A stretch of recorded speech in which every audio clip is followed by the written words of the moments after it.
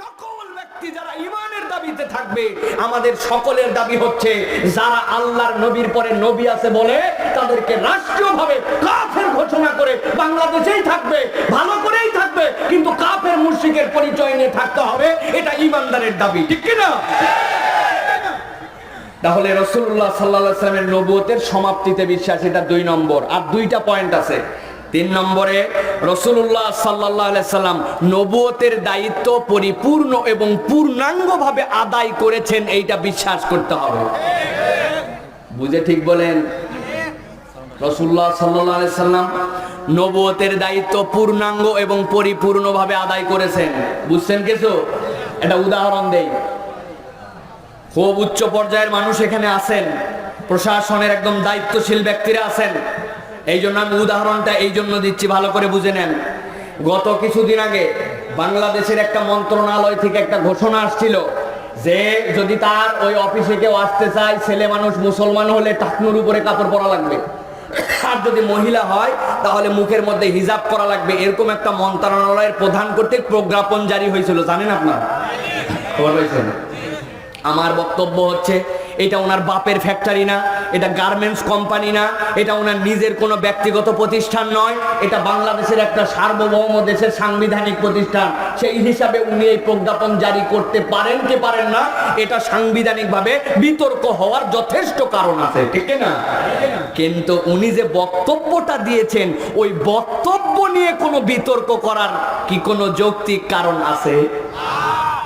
মুসলমান যদি হয়, টাকনুর নিচে যদি কাপড় পরে, এটা তাকে জাহান্নামে নিয়ে যাওয়ার কারণ হতে পারে। এই কথা যখন আপনি বলবেন কোন একটা মানুষকে, এইটা আল্লাহ রাসূলের কথা, এইটা যখন কোন একটা ছেলেকে বলছেন, ওই ছেলে বলছে ভাই আমার নবী যে কথা বলছেন এর উপরে কোনো সত্য কথা নাই, কিন্তু ভাই রে আমি না সব সময় পারি না, নামাজের মধ্যে পড়ি, মাঝে মাঝে পড়ি, আবার মাঝে মাঝে ছেড়ে দিতে হয়, তবে নতুন যে প্যান্টগুলা বানাবো নিয়ত করছে এইগুলা টাকনুর উপরে পরবো ইনশাআল্লাহ ভাই, তবে আমি না পারলেও আমার নবীর কথা শতভাগ ঠিক, এটাই মানা উচিত, এটাই করা উচিত। এরকম কথা যদি কেউ বলে তাহলে তার ওজর খাইটা নেওয়া যেতে পারে, ঠিক না? কিন্তু এই কথার বিরোধিতা করতে যে কেউ যদি বলে বসে যে এই টাকনুর উপরে কাপড় পরা হচ্ছে একটা জঙ্গিত্ববাদ, এই হিজাব পরা মহিলাদের বোরকা পরা এটা একটা তালেবানি সংস্কৃতি, যারা এইটা করতেছে, এইটা করে বাংলাদেশকে জঙ্গি বানাতে চায়, বাংলাদেশকে একটা তালেবানি দেশ বানাতে চায়, এই কথা যদি বুঝে সুঝে নবীর শিক্ষার এই বিশ্লেষণ না বুঝে বলে, তাহলে আমরা বলবো আল্লাহর নবী তার নবুয়তের দায়িত্ব পরিপূর্ণভাবে পালন করেছেন, এই কথার স্বীকৃতি তার দেওয়া হয় নাই। দুনিয়ার মানুষ তারা কিছু বলুক বা না বলুক, দুনিয়ায় যে পরিচয় নিয়ে সে থাকুক না কেন, আল্লাহর কাছে তওবা না করে গেলে ঈমানের পরিচয় নিয়ে যেতে পারবে না, ঠিক কি না? বুঝে নেন ভালো করে। দুনিয়ায় অনেক লোক তার পক্ষে দালালি করতে পারে, দুনিয়ার নানান লোকের চক্ষু এবং তাদের রক্ত চক্ষু দেখে নানান ধরনের কথা মানুষ বলতে পারে, কিন্তু আমরা বলবো ভাই আমাদের ক্ষমতা নাই, আমাদের পাওয়ার নাই, আমাদের কিচ্ছু নাই, আমরা জবান দেই সত্য কথাটা তোমাকে জানাতে চাই। তুমি 1000 কোটি বার মুহাম্মদুর রাসূলুল্লাহ বলতে থাকো না কেন, তোমার নাম আব্দুল্লাহ, আব্দুল কাদের, আব্দুল বাসেত হোক না কেন, তুমি যদি রাসূল সাল্লাল্লাহু আলাইহি সাল্লামের এই বিধানকে ক্রিটিসাইজ করো, দুনিয়ায় কেউ কিছু না বললেও পরকালে তোমার হাসর নাসর আবু জেহেল, উতবা, সাইবার সাথে হওয়ার কোনো বিকল্প নাই। পরিষ্কার করে নেন, এটা হচ্ছে 3 নম্বর ঈমান আপনার নবীর নবুয়তে। চতুর্থ, আপনাকে বিশ্বাস করতে হবে নবুয়তের দায়িত্বের সকল শিক্ষা পরিপূর্ণ এবং পূর্ণাঙ্গ কিয়ামত পর্যন্ত। বুঝতে পারছেন? আপনার মাথায় ধরে না, আমি তো বুঝলাম না আল্লাহর এই বিধান এরকম করে কেন আসলো, এই কথাটা নবীজি কেন বললো, এই কথাটা 1400 বছর আগে চলতো, এখনো কি চলে নাকি? আপনার মাথায় ধরা না ধরা এটা আপনার ব্যর্থতা, আপনার যোগ্যতা, কিন্তু আমার নবী যে শিক্ষা দিয়ে গেছেন, আমার নবী যে কথা বলে গেছেন, এই কথায় কোনো সন্দেহ নাই, এই কথা নির্ভুল, এটাই মুক্তির পথ, কিয়ামত পর্যন্ত এটাই সত্য, এইটা আপনাকে স্বীকার করতে হবে, ঠিক কি না? আমার আল্লাহ রাব্বুল আলামিন এই 4টা বিশ্বাসকে পবিত্র কুরআনুল কারীমের 4টা আয়াতে কারিমা দিয়ে দুনিয়ার মানুষের কাছে উপস্থাপন করে দিয়েছেন। দুনিয়ার মানুষ যেন কনসেপ্ট ক্লিয়ার করে নিতে পারে, তাদের মাথার মধ্যে যেন বিষয়টা ধরে যায়। আল্লাহ রাব্বুল আলামিন সর্বপ্রথম সূরা সাবা এর 28 নম্বর আয়াতের মধ্যে বলছেন, হে রাসূল, দুনিয়ার মানুষের কাছে আপনি যান, যাওয়ার পরে দুনিয়ার মানুষের কাছে একটা বার্তা তুলে ধরেন, দুনিয়ার মানুষের কাছে একটা মেসেজ দেন। আমার রাসূলের প্রতি আয়াতে কারিমা আল্লাহ বলছেন, আপনি যে জানান, ওয়া মা আরসালনাকা ইল্লা কাফাতাল লিন্নাসি বাশীরাও ওয়া নাযীরা। হে রাসূল, আপনি দুনিয়ার মানুষের কাছে যান, যাওয়ার পরে আপনি বলেন, ওয়া মা আরসালনাক, আমার আল্লাহ আমাকে বলেছেন দুনিয়ার মানুষের কাছে আপনাকে আমি প্রেরণ করি নাই। ওয়া মা আরসালনাক, আপনাকে প্রেরণ করা হয় নাই, আপনাকে রাসূল বানানো হয় নাই। জিজ্ঞাসা করি, একসাথে উত্তর দেন তো, আপনার আমার রাসূলকে দুনিয়ায় এসেছেন না আসেন নাই? আসছেন না আসেন নাই? আল্লাহ বলছেন, ও আমার সাল্লাকা, আপনাকে পাঠানো হয় নাই। আল্লাহ এরপরে ইস্তেসনা করতেছেন ইল্লা দিয়া। আল্লাহ বলছেন ইল্লা, আমি আল্লাহ বললাম তবে হ্যাঁ রাসূল, আপনি জেনে রাখেন কি জন্য আপনাকে পাঠানো হয়েছে। কাফাতাল লিন্নাস, দুনিয়াতে যত মানুষ আছে বাদা মুহাম্মাদিন সাল্লাল্লাহু আলাইহি ওয়াসাল্লাম ইলা ইয়াউমিল কিয়ামা, কিয়ামত পর্যন্ত যত মানুষ আসবে সব মানুষের উপযুক্ত করে, সব মানুষের উপযুক্ত একটা রিসালাত দিয়ে আপনাকে প্রেরণ করার মতো আমি আল্লাহ তৈরি করেছি। তবে মুহাম্মদ সাল্লাল্লাহু আলাইহি ওয়াসাল্লামকে দুনিয়ার বুকে আমি রাসূল করেছি। সুবহানাল্লাহ। এরপর আল্লাহ রাব্বুল আলামিন বলছেন, যে রাসূলের পরিচয় দেওয়া হলো, দুনিয়ার মানুষের জন্য তাকে রিসালাত দেওয়া হলো, কাফাতাল লিন্নাস করা হলো, সেই রাসূলের একটা পরিচয় আছে, সেই রাসূলের দুইটা বিশেষণ আছে। রাসূল আপনি মানুষের কাছে জানান। আল্লাহ নবীকে আল্লাহ বললেন, আপনার সেই দুইটা পরিচয় হচ্ছে বাশীরাও ওয়া নাযীরা। আল্লাহ যত নবী রাসূল প্রেরণ করেছেন, কোন নবীর শানে আল্লাহ আগে বাশীর বলেন নাই, কিন্তু আমার নবীর শানে বহু জায়গায় বাশীর বলেছেন আল্লাহ। ওয়া বাশশিরিল্লাযিনা আমানু ওয়া আমিলুস সলিহাতি আন্না লাহুম জান্নাহ। রাসূল আপনি যান, আপনি যেরকম বাশীর আপনার উম্মতকে জানান আগে জান্নাতের খবরটা। আল্লাহ নূহ আলাইহিস সালামকে দুনিয়ায় প্রেরণ করলেন, নূহের ব্যাপারে কি বলেছেন আল্লাহ? ইন্না আরসালনা নূহান ইলা কওমিহি, আমি নূহকে কওমের কাছে পাঠালাম। কেন পাঠালাম? আন আনজির, আপনি যে আগে মানুষকে ভয় দেখাবেন, সতর্ক করবেন। কিন্তু আল্লাহ বলছেন, রাসূল আপনাকে আগে আমি ভয় দেখানোর লোক হিসাবে পাঠাই নাই, আগে সতর্ককারী বলি নাই, আগে বলছি আপনি মানুষের কাছে যে খোঁজ খবর দিয়ে দিবেন। আল্লাহ বলছেন, রাসূল আপনি দুনিয়ার মানুষের কাছে যে জানান, আপনার পরিচয়টা হচ্ছে বাশীরাও ওয়া নাযীরা। কেমন করে আপনার আমার রাসূল বাশীর হইলেন? আমার নবী কেমন করে বাশীর? মুসনাদে আহমদের একটা হাদিসের মধ্যে আল্লাহ নবী নিজেই তার ব্যাখ্যা করে গেছেন। দুনিয়ার মানুষ শোনো, মা মিন আবদিন ইয়াশহাদু আল্লা ইলাহা ইল্লাল্লাহ ওয়া আন্না মুহাম্মাদান আবদুহু ওয়া রাসূলুহু ইল্লা হারামাহুল্লাহুন নার। আমার নবী বলছেন, দুনিয়ার মানুষ শোনো শোনো, কত গুনাহ আছে তোমার, কত অপরাধ আছে, কত ভুল আছে, কত তোমার জীবনের মধ্যে ইরর আছে, সবগুলাকে একদিকে রাখো, আর আমি রাসূল তোমার জন্য জানাচ্ছি, শোনো শোনো, মা মিন আবদিন ইয়াশহাদু আল্লা ইলাহা ইল্লাল্লাহ, একটা বিষয়ের ঈমান যদি তোমার পরিষ্কার হয়, আল্লাহ ছাড়া কোনো ইলাহ নাই, আর দুই নম্বর ওয়া আন্না মুহাম্মাদান আবদুহু ওয়া রাসূলুহু, মুহাম্মদ সাল্লাল্লাহু আলাইহি ওয়াসাল্লাম তার আব্দ আর তার রাসূল, এই বিশ্বাস দুইটাই যদি পূর্ণাঙ্গভাবে তোমরা আসতে পারো, আমি রাসূল তোমাদের জন্য একটা আনন্দের বার্তা, একটা খোঁজখবরি নিয়ে আসছি। কি খোঁজখবরি? শুনে রাখো, তোমার গুনাহ যতই থাক না কেন, এই ঈমান নিয়ে যাওয়ার কারণে আমার আল্লাহ তোমাদের জন্য চিরস্থায়ীভাবে জাহান্নামে ঢোকাকে হারাম করে দিয়েছে। রাসূলকে এই জন্য আল্লাহ বলছেন, যে বলেন আপনার পরিচয়টা কি বাশীরাও ওয়া নাযীরা।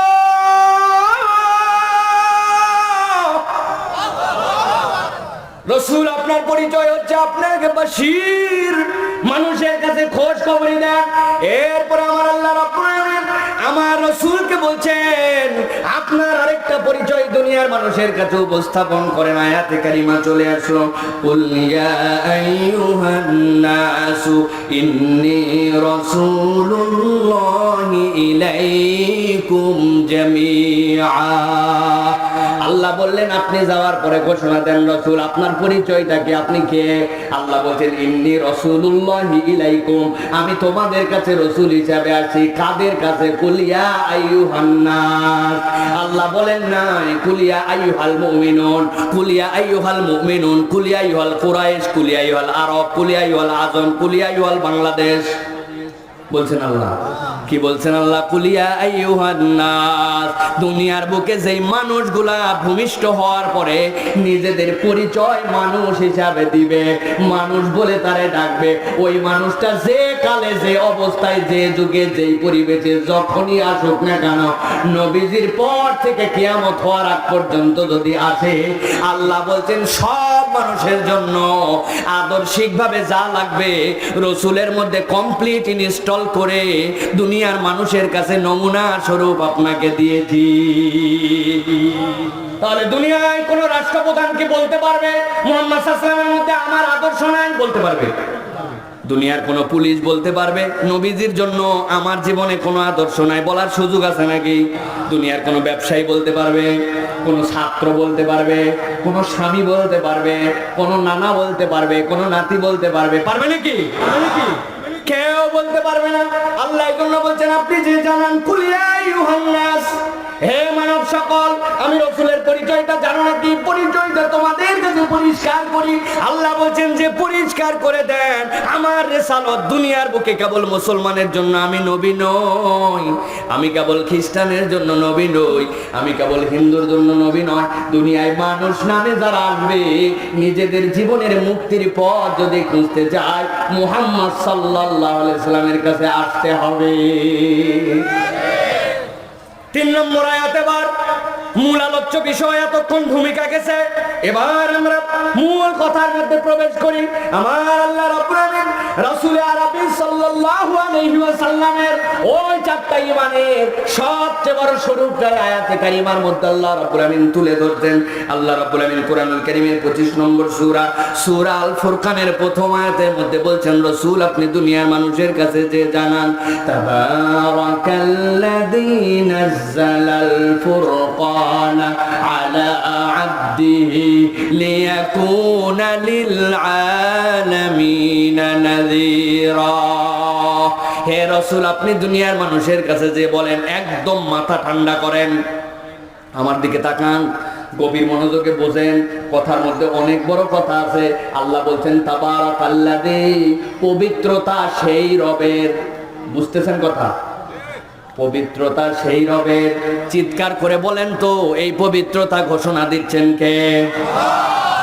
ঘুমায় গেছেন কারা কারা? হাত তোলেন তো ভাই। এই পবিত্রতার ঘোষণা দিচ্ছেন কে? তাবারাকাল্লাযী, পবিত্রতার যিনি ঘোষণা দিচ্ছেন তিনি আল্লাহ। পবিত্রতাটা কার নামে বলতেছেন? কিরম যেন একটু আশ্চর্যজনক কথা না? আমি নিজেই যদি আমার নিজের ঘোষণা দেই দুনিয়ার মানুষ হিসাবে, মানুষজন অনেক সময় আমারে বলবে তোমার হুশাক্কেল কম আছে, বলতে পারে না?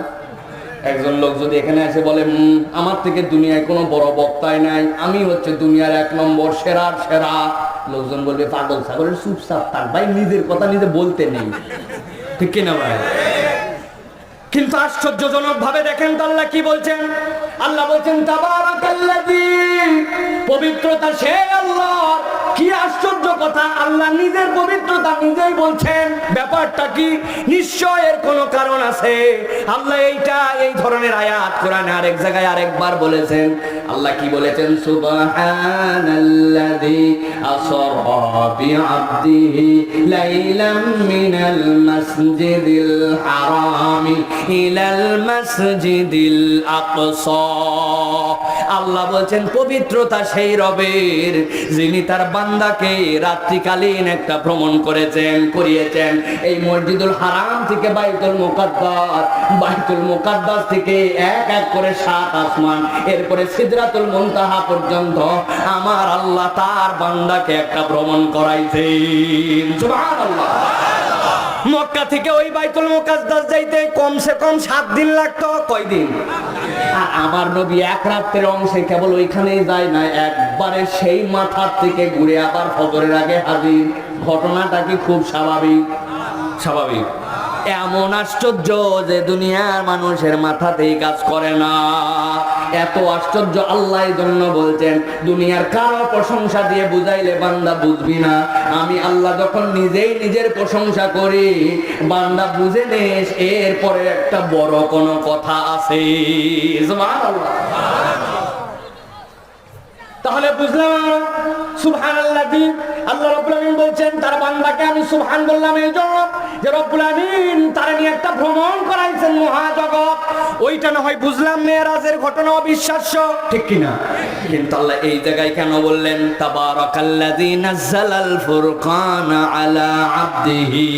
তার মানে বোঝা যায় ওইটা যদিও আমরা বুঝতেছি মেরাজ অনেক দূরের ঘটনা, কিন্তু এখানেও আল্লাহ যখন এই কথা বলেছেন তার মানে বোঝা যায় এরপরেও এমন একটা আশ্চর্য কথা আল্লাহ বলতেছেন বান্দার মাথার মধ্যে সেইটা ধরতে নাও পারে।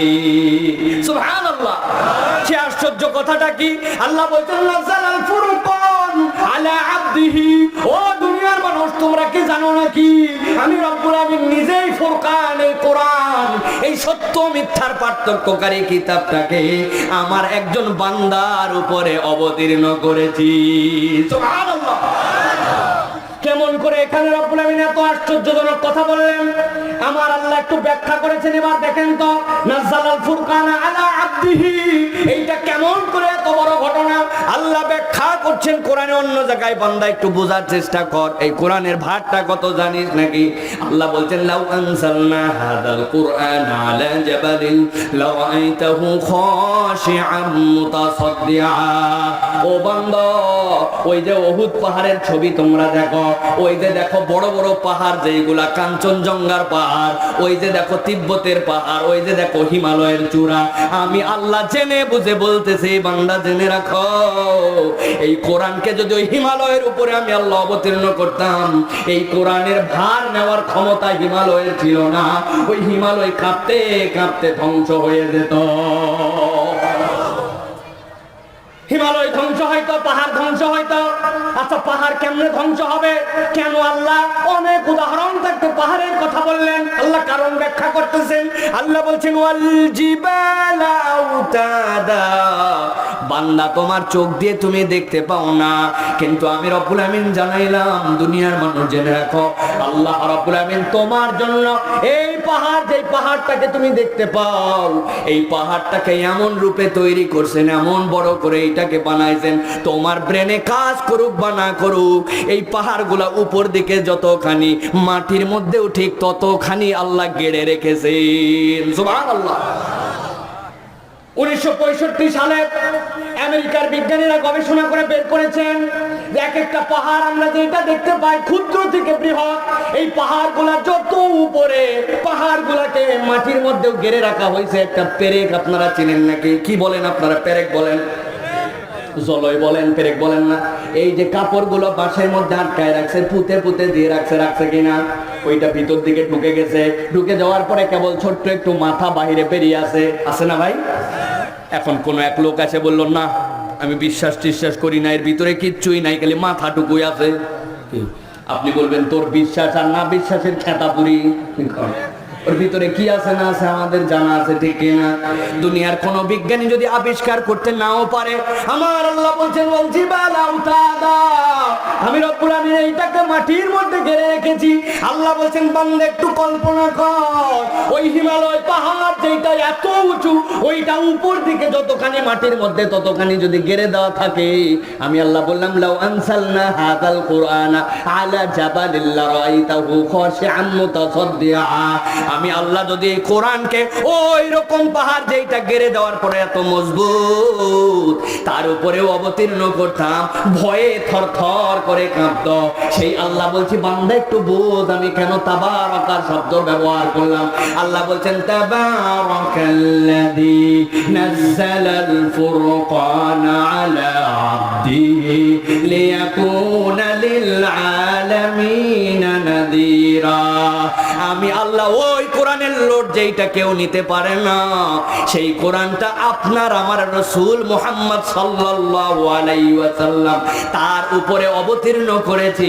মুহাম্মদ সাল্লাল্লাহু আলাইহি ওয়াসাল্লাম একটুও বিচলিত হন নাই, একটুও পেরেশানিতে নড়াচড়া করেন নাই। আল্লাহু আকবার। এই জন্য ভালো করে বুঝেন আমার আল্লাহ রাব্বুল আলামিন এরপরে কি বলছেন।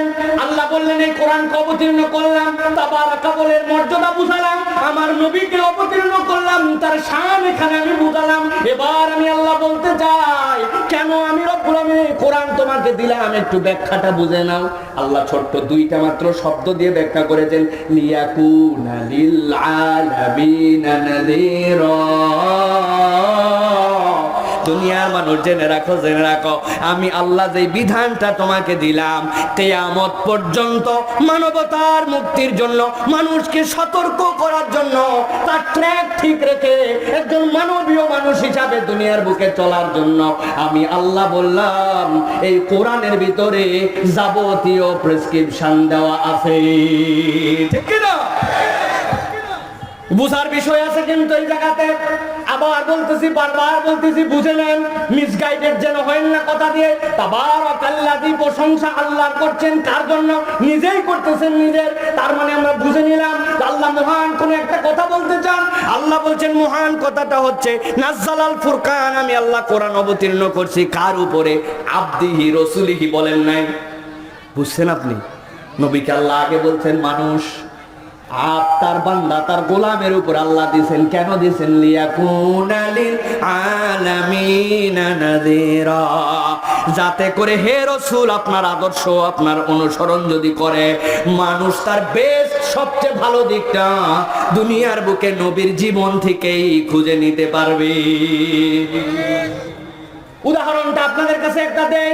ছোটবেলায় আমরা পড়ছি এতে অ্যাপেল, বিতে বল, সিতে ক্যাট, পড়ছেন না?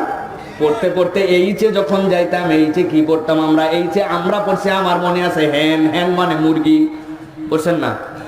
নতুন করে আমাদেরকে বলতেছে না হ্যান্ডম্যান চলবে না, এইচে এখন পড়তে হবে হ্যান্ড ওয়াশ। সাকিব আল হাসান বিজ্ঞাপন করছে, কেমন করে জানি এইচ দেখাইছে, দেখায় বলতেছে হ্যান্ড ওয়াশ। কেন? কারণ একটা প্যান্ডামিক চলতেছে, সতর্ক হতে হবে, হাত ধোয়ায় মানুষকে অভ্যস্ত করতে হবে, পরিষ্কার পরিচ্ছন্নতায় আপনাকে কালচার্ড হতে হবে। সরকার নানান ধরনের উদ্যোগ নিচ্ছে, এটার সাথে সম্পৃক্ত হতে হবে। তার প্রথম কথাই হচ্ছে হাত ধোও। কি কয়ভাবে? 6 স্টেপ আছে হাত ধোয়ার।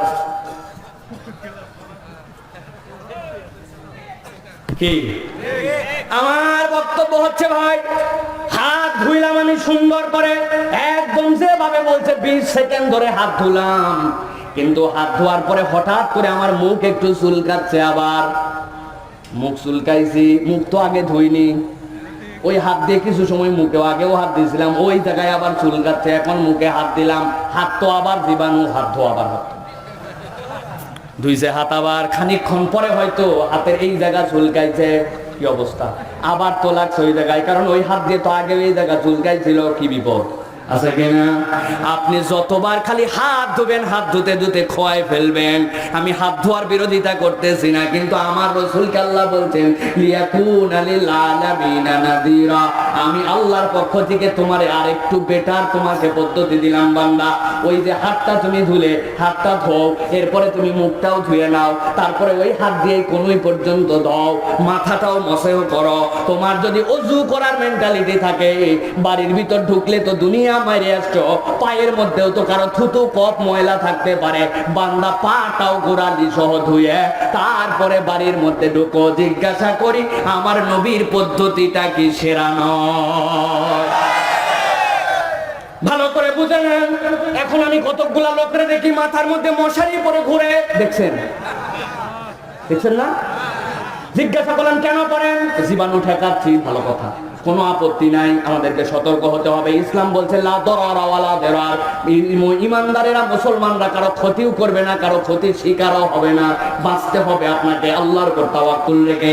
কিন্তু আমার কথা হচ্ছে আপনি মশারি পরেন মাথার মধ্যে, কিন্তু আমার কোনো আপত্তি নাই, কিন্তু আপনার ওই মশারির পরিবর্তে যখন আমি টুপি পরি তখন কেন আপনি বেকা কথা বলে আমারে ক্রিটিসাইজ করেন? পরে কোথায় আলোচনায় তো শেষ হয় না।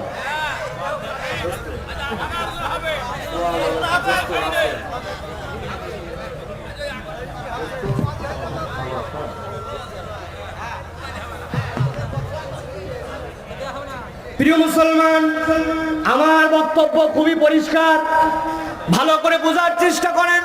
যেই লোক মাথার মধ্যে এখন হ্যাট করতেছে, ওই টুপি দিচ্ছে, আমার তার সাথে কোনো বিরোধ নাই। কিন্তু কথা হচ্ছে, আমার নবীর তরিকায় যখন আমি টুপি পরি, এটা নিয়ে আপনি টিটকারি কেন করবেন? যখন কোনো হুজুরের মোল্লা মুন্সির বিরোধিতা করা লাগে, তখন কুত্তার মাথায় কেন এই টুপি চড়া? আমরা দেখতে পাই এটা তো ভালো কথা নয়। আমার ওয়াইফ বোরকা করে, পর্দা পরে, হিজাব করে একজন মহিলা, তার স্বাধীনতায় সেইটা মুখের মধ্যে হিজাব করে, পর্দা করে, যখন সেই কাজ করে তখন আপনি তার জীবনটা টেন্ট বলেন, নানান ভাবে ক্রিটিসাইজ করেন। কেন ভাই?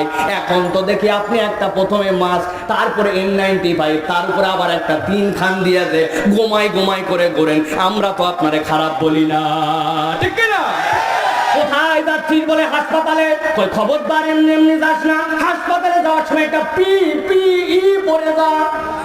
কি পরে যাবে? কই আমি কোথায় পাবো PPE? আমার তো PPE নাই। কই তোর বরের মোটরসাইকেল আছে না? আছে। তো মোটরসাইকেলের কি হয়েছে? কই ওই মোটরসাইকেল চালানোর সময় বর্ষাকালে যে রেনকোট পরে, PPE না থাকলে রেনকোট পরে তাও যা। কি ব্যাপার? আপনি এখন রেনকোট পরে যান, আপনি মুখের মধ্যে 3টা মাস্ক লাগায় যান, আপনি মাথার মধ্যে এখন মশারির কাপড় লাগায় যান। আমরা তো আপনারা ব্যাকডেটেড বলি না, আমরা তো আপনারা খারাপ বলি না। তাহলে আমার বউ যদি বোরখা পরে, মুখে যদি হিজাব করে, কোন লোক যদি ব্যক্তি স্বাধীনতায় মাথায় টুপি পরে, তারে নিয়ে আপনারা এত বাদে কেন? ভালো করে বুঝে নেন, এটা আমার কথা নয়, আমার আল্লাহ বলছেন লিয়াকুনা লিল আলামিনা নাযীরা।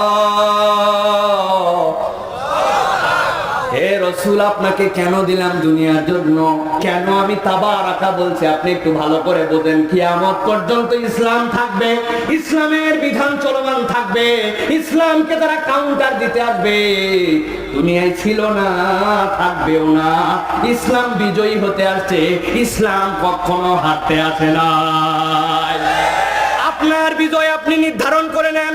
আপনি যদি ইসলামের এই নৌকার সাথে থাকেন, আপনি যদি ইসলামের এইটাকে আশ্রয় বলে মনে করেন, আপনি জিতবেন, নচেত ইসলাম জিতে যাবে, আপনি সাথে থাকতে পারবেন না। এই ব্যর্থতা আপনার, ইসলামের নয়। অতএব আল্লাহ এবং তার রাসূলকে মেনে নেওয়াই একজন বুদ্ধিমান মানুষের কাজ, ঠিক কিনা? আমার আল্লাহ এই জন্য বলছেন, তাবারাকাল্লাযী নাযালাল ফুরকানা আলা আবদিহি লিয়াকুনা লিল আলামিনা নাযীরা।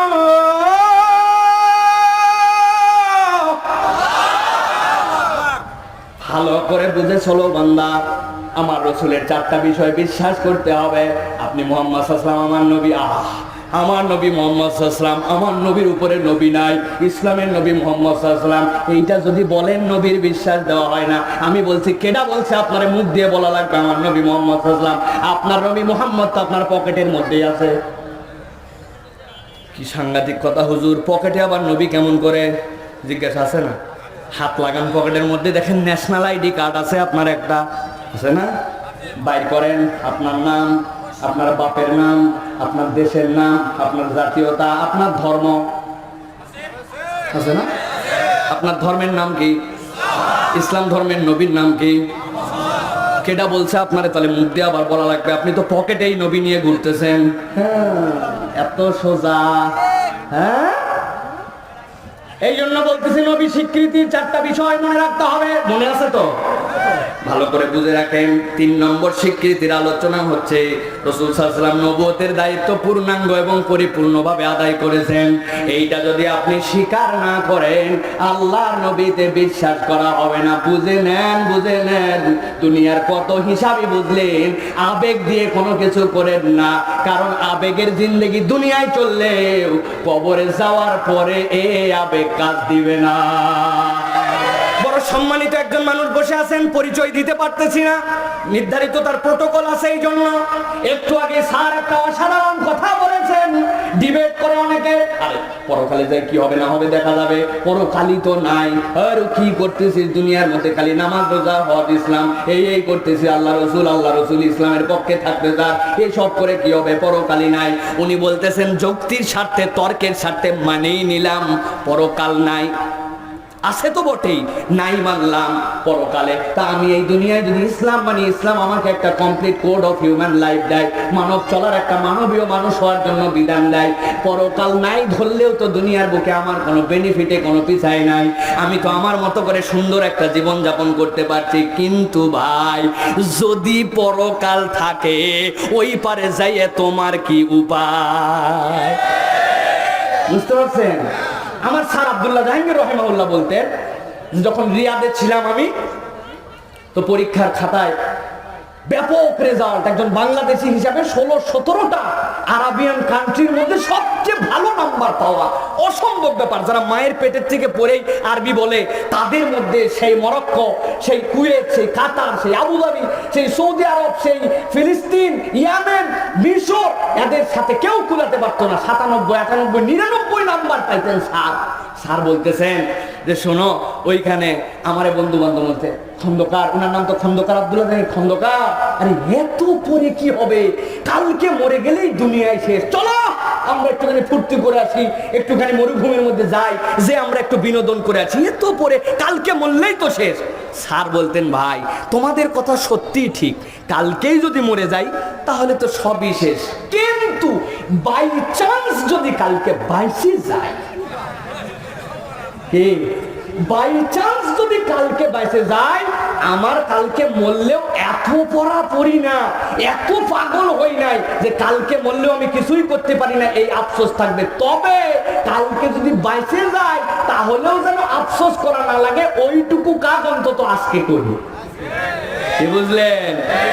এই জন্য বলবো প্রিয় ভাইয়েরা, দুনিয়ার বিদ্যা বুদ্ধি মাথা খাটায়া, দুনিয়ার দলবাজি চাপাবাজি যাই করেন আপনি ভাই, আপনার এন্ড অফ দ্য ডে আল্লাহর সামনে আপনাকে দাঁড়াতে হবে। সেই দিন আপনাকে ইসলাম মেনেছেন কিনা এই উত্তর দিয়ে আপনাকে সামনে পা বাড়াতে হবে, ঠিক কিনা?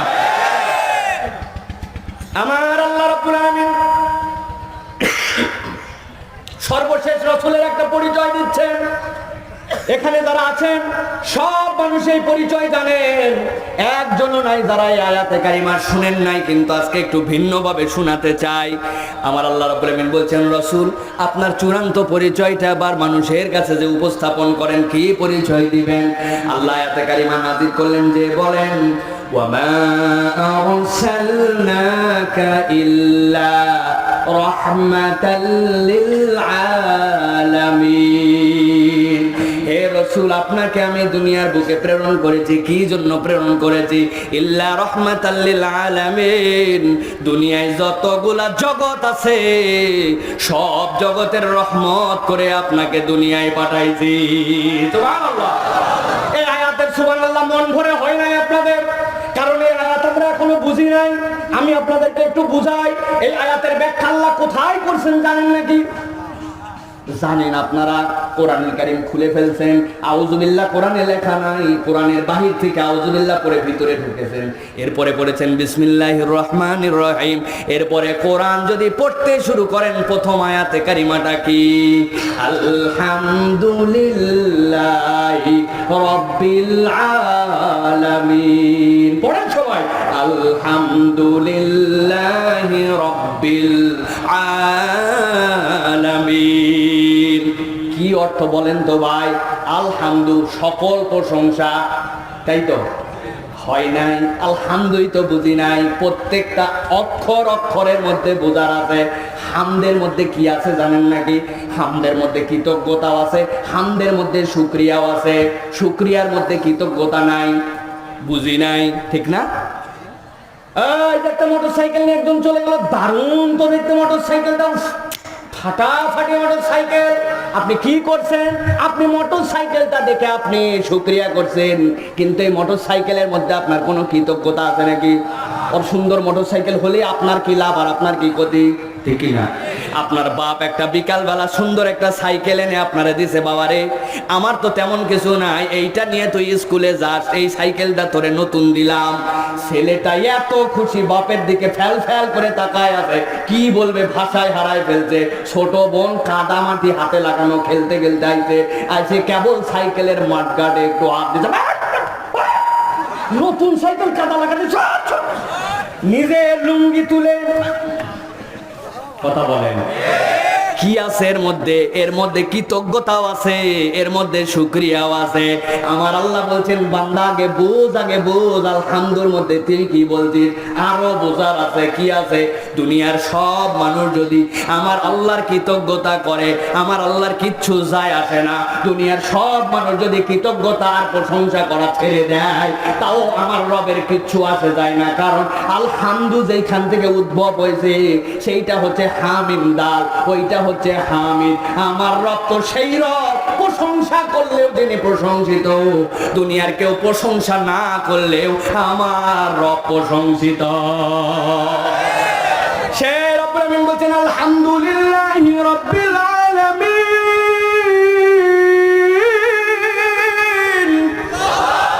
দুনিয়ার মানুষ শোনো, সকল প্রশংসা সেই রবের। রব কারে বলে? ব্যাখ্যা করলে তো অনেক সময় লাগবে, সংক্ষেপে বলি। রব মানে কি? যিনি নিজে কোনো কিছু তৈরি করতে পারেন বিলা মিসাল, কোনো নজির নাই তার। কোনো একটা মাধ্যম দেখে দেখে তৈরি করা লাগবে এরকম নয়। ওইটাকে নিয়ন্ত্রণ করতে পারেন, ওইটাকে চালাতে পারেন, ওইটাকে ইচ্ছা মতো তিনি ব্যবহার করতে পারেন। এবং এই সকল কাজ করতে যাকে বিন্দু মাত্র বেগ পেতে হয় না, তিনি হচ্ছেন রব। সুবহানাল্লাহ।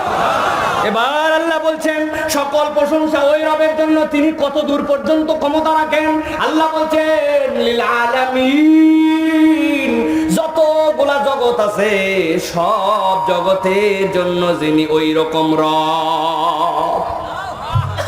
জগৎ মানে কি ভাই?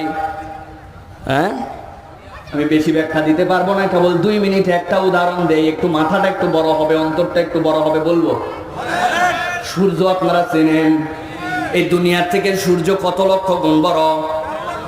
13 লক্ষ গুণ বড় সূর্য। এবার উত্তর দেন তো দেখি, পারেন নাকি? ওই সূর্যের কেন্দ্রে যে তাপমাত্রা, কত তাপমাত্রা জানেন? 1.5 কোটি সেন্টিগ্রেড। কত সেন্টিগ্রেড? হ্যাঁ বাবা, চৈত্র মাসে যেই না 45। চান্দি গরম আমাদের, বইয়ের উপরে ঝাড়ি, উমুকের উপরে ঝাড়ি, মাথা ঠিক নাই। গরমে আমাদের পাগলা পাগলা ভাব, ঠিক কিনা? কত? 47-এ বোঝেন নাই, তাও আরো বুঝাই। এই যে মোবাইল আমার দেখতে পাচ্ছেন, এর মধ্যে লোহা আছে না নাই? আমি নিয়ত করছি এইটারে গলাবো, গলায় আমার যে কাপ আছে একটা, ওই কাপের মধ্যে ঢুকাবো, একদম পানির মতো বানায়া লোহার কাপের মাপে নিয়ে আসবো। বলেন তো এটা সম্ভব না অসম্ভব?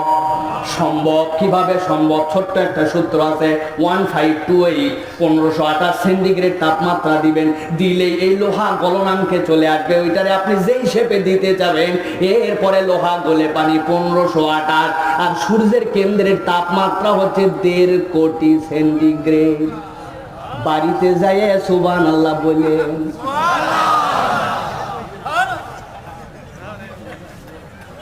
প্রিয় মুসলমান, দুনিয়ার থেকে 13 লক্ষ গুণ বড় সূর্য। গভীর মনোযোগ দেন, আমার দিকে তাকান। রিসেন্ট আমলে বিজ্ঞানীরা বলেছেন এই 13 লক্ষ গুণ সূর্য গুণিত 500 যত বড় হবে, এরকম অনেকগুলা গ্রহ উপগ্রহ আসমানের মধ্যে হাবল টেলিস্কোপে যারা দেখছেন ঘুরে ঘুরে বেড়ায়। সুবহানাল্লাহ বলবেন না? এবার একটা ধাঁধা ধরবো, পারেন নাকি দেখি উত্তর দিতে। এক থালা সুপারি গুনতে পারে কোন ব্যাপারী? বাবা, মেহেরপুরের লোক তো কঠিন একটি। তার মানে তারা কত ছোট? প্রিয় মুসলমান, ভালো করে বুঝেন, যেই দুনিয়ার তুলনায় 13 লক্ষ গুণ বড় সূর্য, ওই সূর্য গুণিত 500, এইরকম মিলিয়ন সূর্য যদি এক জায়গায় করেন, বিজ্ঞানীরা বলছে আসমানের মধ্যে যেই তারাটা দেখে তোমাদের কাছে বড় ক্ষুদ্র ক্ষুদ্র মনে হয়, দুনিয়ার মানুষ শোনো, এক একটা তারার শেপ এত বড় এত বড় এত বড়। এইরকম 13 লক্ষ সূর্য যদি ওই তারার মধ্যে ফেলে দাও, 10 বিঘা একটা পুকুরে একটা মার্বেল ফেললে যেরকম পুকুরের খবর হবে না, এক একটা তারা এত বড়, ওই তারা এরকম 13,000 সূর্য ফেললেও ওই তারার কোনো খবর হবে না। আমার আল্লাহ বলছেন আলহামদুলিল্লাহি রাব্বিল আলামিন।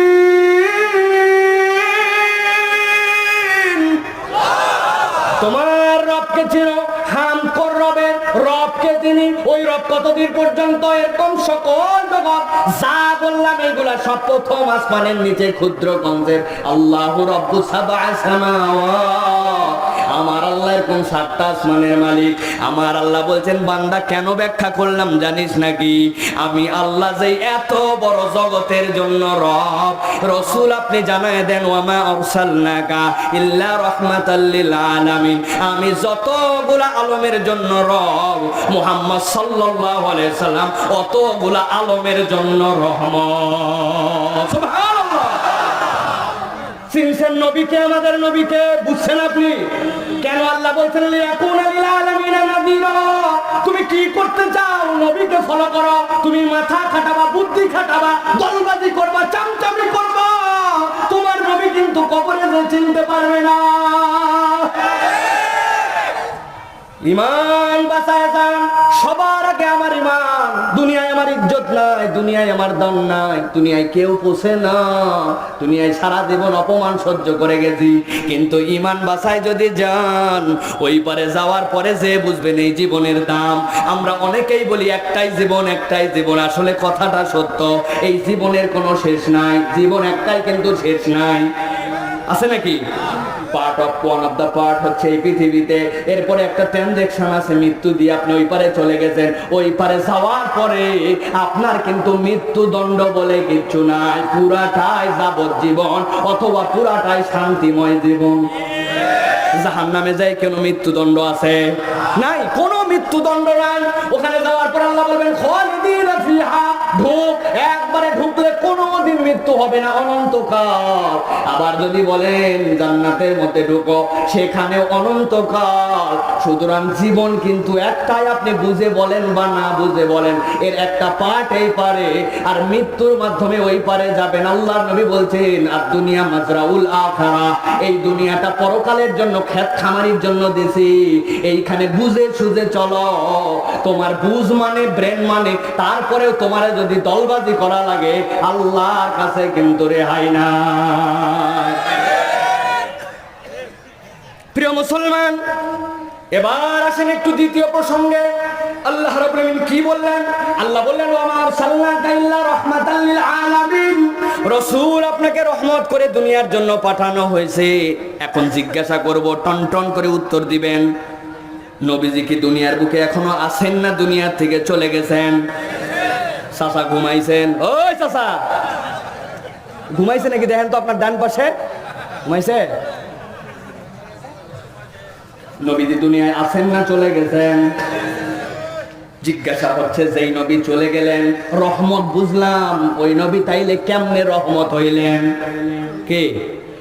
নবীজি দুনিয়ায় বেঁচে থাকতে রহমত ছিলেন। অনেক প্রমাণ আছে। ইয়া রাসূলুল্লাহ, আমার চোখ, আমার চোখ, আমার চোখ।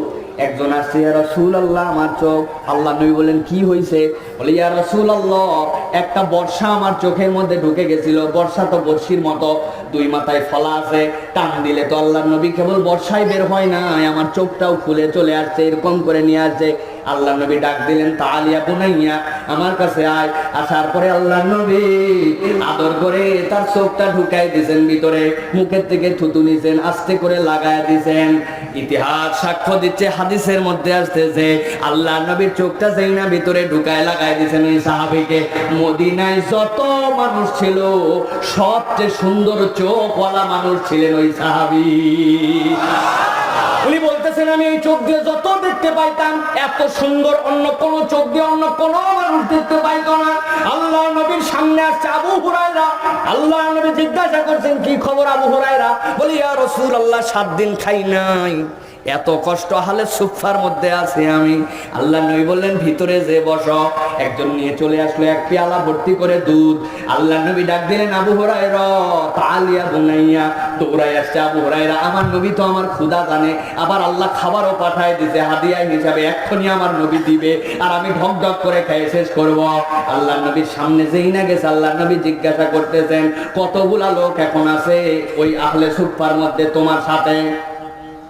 আবু হুরায়রা যে পরিমাণ বেলুন ফুলায় আসছিল, আল্লাহ নবী কতজন বলা মাত্র ফুস। ইয়া রাসূলুল্লাহ, 70 জনের উপরে আছে। সবগুলারে ডাক দাও। ওরে সাংঘাতিক কথা, আল্লাহ নবী বলছেন ডেকে নিয়ে আসছে, বিসমিল্লাহ বলে দিতে শুরু করো। ডান পাশ থেকে দেওয়া শুরু, 1 2 10 20 30 40 50 60 65 66 67 68 69 পর্যন্ত খাওয়ানোর পরে আল্লাহ নবীর এসে জগটা ফেরত দিছে, যা ছিল ওই পরিমাণ। আবু হুরায়রা খাও। আবু হুরায়রা খাইছে, ইয়া রাসূলুল্লাহ খুঁজ। আল্লাহ নবী বলছেন আবার খাও, আবার খাইছে। খাওয়ার পরে বলছেন নেন ইয়া রাসূলুল্লাহ। আল্লাহ নবী বলছে আবার খাও। আবু হুরায়রা এবার খাইয়ে ফেরত দেওয়ার আগে আল্লাহ নবীরে বলতেছে, এরপরেও যদি বলেন আল্লাহ নবী, আল্লাহ নবীর নির্দেশ তো অমান্য করা যাবে না। ইয়া রাসূলুল্লাহ এই পর্যন্ত। কোন পর্যন্ত? এই পর্যন্ত। ইয়া রাসূলুল্লাহ। আল্লাহ নবী এরপরে নিলেন, পুরাটা শেষ করলেন। যেই নবী এক পেয়ালা দুধ দিয়ে 70 জনকে খাওয়ায় মুজিজা দেখাইছেন, দুনিয়ার মানুষের জন্য তো উনি রহমত ছিলেন, কিন্তু দুনিয়ায় তো আমার নবী নাই, তাইলে কেমন করে তিনি এখনো আমার জন্য রহমত? জিজ্ঞাসা আছে কিনা? এইটুকু বলে আমি শেষ করে দিব, ভালো করে খেয়াল করেন। আল্লাহ নবী বলছেন, ও দুনিয়ার মানুষ শুনো, দুনিয়াতে যত নবী রাসূল আসছেন, যত পয়গম্বর আসছেন, আমার আল্লাহ যত নবী রাসূল পাঠাইছেন, সব নবী রাসূলের জন্য আল্লাহ রাব্বুল আলামিন একটা সুপ্রিম পাওয়ার দিয়েছিলেন। কি পাওয়ার? সুপ্রিম পাওয়ার। কিন্তু চান্স হচ্ছে একটা, এইটা হচ্ছে ট্রাম্প কার্ড আপনার জন্য। এটা একবার দিলে আর কোনো চান্স নাই। কি সেইটা? এমন একটা দোয়া বিপদে পড়লে আপনি করবেন, করার সাথে সাথে আল্লাহ কবুল করবেন। হযরতে নূহ আলাইহিস সালাম নাম শুনছেন? শুনছেন? না, আসল নাম কি বলেন তো? কি নাম? আব্দুল গফফার। কি নাম? আব্দুল গফফার। নূহ আলাইহিস সালাম কানতেন বেশি জন্য নুহু নাম হয়েছে। 950 বছর পর্যন্ত ডাকছে, ও আমার আল্লাহর বান্দারা আসো আসো। আল্লাহর কাছে ক্ষুদ্র একটা 3টা সেন্টেন্সে আরজি দিয়েছেন, কিয়ামত পর্যন্ত কোরআনে সেইটা লেখা আছে। আল্লাহর কাছে বড় বুকের ব্যথা নিয়ে বলছেন, এ আল্লাহ, দাউতু কওমি লাইলাও ওয়া নাহারা। মানুষ তো দিনে অফিস করে, দিনে কাজ করে, আল্লাহ নবী বলছেন লাইলাও ওয়া নাহারা। আল্লাহ আমি দিনে তো করছি, রাত দিন করছি, রাত দিন করছি, রাত দিন করছি, আমার উম্মত আমার কথা শুনে নাই। 950 বছর পরে আল্লাহর কাছে বলছেন, আল্লাহ আমি আজকে আপনার কাছে ফরিয়াদ দিলাম, এই কম আর শুধরাবে না, এদেরকে ধ্বংস করে দাও। ও বলাও শেষ, আল্লাহ বলছেন কবুল। আল্লাহু আকবার। নৌকা বানাও, জোড়ায় জোড়ায় সব তোলো। আল্লাহ আসমান থেকে পানি দিয়েছেন, জমিন থেকে পানি দিয়েছেন। তার ছেলেটাকে নূহ আলাইহিস সালাম ডেকে বলছেন, বাপ আয় আয় আয়, আমার নৌকায় উঠি। মা নাই, না না না, ওই যে উঁচু পাহাড় আছে ওর উপরে উঠে থাকবো। যখন গলা পর্যন্ত পানি, নূহ আলাইহিস সালাম দেখতেছেন তার সন্তান ডুবে যায়। আল্লাহকে ডাক দিয়ে বলছেন, আল্লাহ আমার ছেলে, আমার ছেলে। আল্লাহ বলছেন চুপ, একটা কথা হবে না। আপনার দোয়া একটা ছিল, আপনার দোয়া করে ফেলছেন। কিসের আপনার ছেলে? আল্লাহ উল্টা বলছেন, ইন্নাহু লাইসা মিন আহলিক। আপনার ওই রোজজাত সন্তান হতে পারে, যদি ঈমান না আনে, ইসলাম না মানে, আল্লাহ রাসূলের পক্ষ না নেয়, ওইটা আপনার ওই রোজজাত হলেও আমি আল্লাহ বললাম ওইটা আপনার পরিবার নয়। আল্লাহু আকবার। নূহ আলাইহিস সালামের দোয়া শেষ, এক চান্স, দুনিয়ায় কমপ্লিট। আল্লাহ নবী মূসা আলাইহিস সালাম নাম শুনছেন? মূসা আলাইহিস সালাম কোন নরম নবী না, গরম নবী। কেমন নবী? গরম। আমার নবী নরম, মূসা আলাইহিস সালাম গরম। কেমন গরম? আপনারা যদি ডাক দেয়, বাবা যে এদিকে আসেন, আমার গাল আগায় দিলাম, কষে একটা থাপ্পড় দিবেন, দিবেন। দেওয়ার পরে কি করতে পারেন? আমার কানের মধ্যে ভোঁ ধরাতে পারেন, আমার থাপ্পড় দিয়ে গালে দাঁত তুলতে পারেন, জোরে সরে মারলে 2-1টা দাঁত নড়া থাকলে ফেলেও দিতে পারেন, ঠিক কিনা? সর্বোচ্চ অজ্ঞান করতে পারেন, কিন্তু আমারে কিন্তু মাইরে ফেলে দেওয়া এত সহজ না। কিন্তু মূসা আলাইহিস সালাম এমন তেজালো নবী, এক থাপ্পড় দিছে জায়গায় ব্রেক একটা নাই। কেমন তাহলে গরম, কেমন তাজাল্লিওয়ালা নবী হযরত মূসা আলাইহিস সালাম। সংক্ষেপ করতেছি, ফেরাউনের থেকে বাঁচার জন্য আর থাকবেন না এখানে। কখন কে নিয়ে রওনা হয়ে গেছেন। ফেরাউনও খবর পাইছে, পিছনে ধাওয়া পাল্টা ধাওয়া শুরু হয়ে গেছে। এতদিন পর্যন্ত মূসারে একা একা পাইছে, আজকে পুরো গোষ্ঠী সুদ্ধা সাইজ করে দিব একবারে। দৌড় দৌড় দৌড় দৌড় দৌড় দৌড়। মূসা আলাইহিস সালাম সামনে যে বেঁধে গেছে বিরাট বড় একটা সাগর। মূসা আলাইহিস সালাম আল্লাহর কাছে বলছেন, আল্লাহ কোনদিন আমার সুপ্রিম পাওয়ারের দোয়া করি নাই, আজকে না দিয়া উপায় নাই, পিছন থেকে ধরতে পারলে গোষ্ঠী সহ শেষ করে দিবে, তুমি যাওয়ার ব্যবস্থা করে দাও। আল্লাহ বলছেন দোয়া কবুল, বাড়ি মারো। 12টা রাস্তা কমনে মূসা আলাইহিস সালাম সাগর পার করে ওই পারে চলে গেছে। মুসা আলাইহিস সালামের দোয়া শেষ, দুনিয়ার যত নবী রাসূল সবার দোয়া শেষ। আমার নবী বলছেন, ও দুনিয়ার মানুষ, একটাবার ভেবে দেখ, আমি মুহাম্মদ মুস্তাফা সাল্লাল্লাহু আলাইহি ওয়াসাল্লামের দুনিয়ায় এরকম দোয়া করার মতো অনেক পরিবেশ তৈরি হয়েছিল, আমি করি নাই। একটা শুধু ছোট্ট একটু উদাহরণ দিব, মুরব্বীরা উত্তর দেন তো বাবা। খরম দেখেছেন নাকি আপনারা? খরম কেমন রে বাপ? একটা মাত্র কাঠের শেপ আর একটা মাত্র নখের ডান্ডা থাকে, বৃদ্ধাঙ্গুলির মধ্যে ঢুকায় এরকম করে পড়তে হয়, ঠিক কিনা? এইটা নিয়ে আপনি কাদার মধ্যে যাচ্ছেন, কাদাটা যদি এঁঠেল হয়, ওই জুতাটা নিচে আটকানোর পরে কিন্তু নখের মাঝে ধরে রাখা বড় কঠিন। একটু কল্পনা করেন, আমার নবী তায়েফে গেছেন, খরম পড়ে গেছেন। আমার নবীর হাদিসের মধ্যে আসতেছে কেমন মারা মারছে, কেমন রক্তক্ষরণ আমার নবীর হয়েছে। আমার নবীর হাদিসে আসতেছে খরম, যেই খরম পায়ের থেকে খুলে দেওয়াটাই স্বাভাবিক, সেই খরমটা পায়ের সাথে এমন ভাবে আটকায় গেছে। আমার নবীর পায়ের থেকে খরম খোলা যায় না। দুনিয়ার মানুষ তো মানুষ, আসমানের ফেরেশতারা পর্যন্ত বলছে, আপনি শুধু দোয়া করেন ইয়া রাসূলুল্লাহ, শেষ করে দিব এদেরকে। আল্লাহ নবী বলছেন, আমি ধ্বংস করার জন্য আসি নাই, আমি হিংস্রতার জন্য আসি নাই। ইসলাম হিংস্রতার ধর্ম নয়। এই কওমের কেউ না কেউ তো কোনোদিন বুঝ পাইলে ইমানের রাস্তায় আসতে পারে। সুবহানাল্লাহ। সেই নবী বলছেন, আমি আমার দোয়াকে রিজার্ভ করেছি কোন দিনের জন্য? ওই পরকালে কিয়ামত আল্লাহ বিচার করে দিবেন, দেওয়ার পরে যখন বান্দাদেরকে পুলসিরাত পার করে যাওয়ার কথা বলবেন, ওই দিন আমি আল্লাহর কাছে বলবো, আল্লাহ দুনিয়ার বুকে তুমি আমাকে আরেকটা ওয়াদা করেছিলেন, ওয়ালা সাউফা ইউতিকা রাব্বুকা ফাতারদা। আয় রব্বুল আমিন, তুমি আমাকে বলছিলে এমন দেওয়া আপনাকে দিব, যেই দেওয়াতে আপনি খুশি হয়ে বাগ হয়ে যাবেন। আজকে আমার দোয়াটা ওই জায়গায় সেট করলাম। আল্লাহ কি দোয়া আমার তাই উম্মতের মধ্যে থেকে আশহাদু আল্লা ইলাহা ইল্লাল্লাহ ওয়া আন্না মুহাম্মাদান আবদুহু ওয়া রাসূলুহু, এই দুইটা জিনিস বিশ্বাসে পূর্ণাঙ্গতা দিয়ে যেই মানুষ আসছে তাদের নাম ঈমানদার। আমি মুহাম্মদ সাল্লাল্লাহু আলাইহি সাল্লাম বললাম, যতক্ষণ একটা ঈমানদার আমার উম্মত জাহান্নামে থাকবে, আমার দোয়া হচ্ছে আমি ততক্ষণ মুহাম্মদ সাল্লাল্লাহু আলাইহি সাল্লাম জান্নাতে যাব না। ওয়ামা আরসালনাকা ইল্লা রাহমাতাল লিল আলামিন।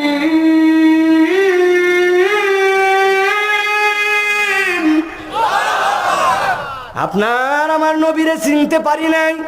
নবী ওর রহমা লিয়াকুনা লিল আলামিনা নাযীরা।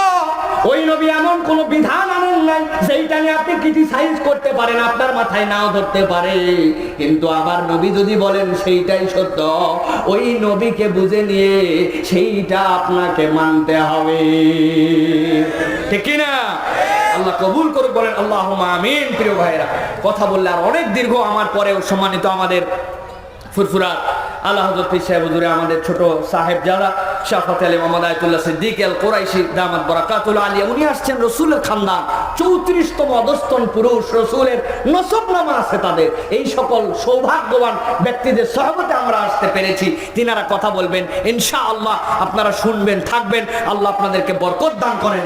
আমি যেটা বোঝাতে চাচ্ছিলাম, খালি মুখে মুখে বলে দিলেই মুহাম্মদ সাল্লাল্লাহু আলাইহি ওয়াসাল্লাম মানি, মুহাম্মদ সাল্লাল্লাহু আলাইহি ওয়াসাল্লামকে ভালোবাসি না ভাই, এইটা বলার দ্বারা হয় না। বরং রাসূলুল্লাহ সাল্লাল্লাহু আলাইহি ওয়াসাল্লামকে বিশ্বাস করলে নবুয়তের সার্বজনীনতা, নবুয়তের সমাপ্তি, নবুয়তের দায়িত্বের পরিপূর্ণতা এবং রাসূলুল্লাহ সাল্লাল্লাহু আলাইহি ওয়াসাল্লামের নবুয়ত নির্ভুল এবং সংঘাতীত, এই চারটা স্বীকৃতি মনে প্রাণে কথায় আচরণে দিতে হয়, তবেই আল্লাহর নবী মানা হয়, ঠিক কি না? আল্লাহ কবুল করুক, বলেন আল্লাহুম্মা আমিন। প্রিয় ভাইরা, আমি যাচ্ছি না, যাওয়ার আগে আরো কিছু কথা আছে আপনাদের কাছে, উঠেন না। প্রিয় ভাইরা, সেটা হচ্ছে প্রিয় ভাইয়েরা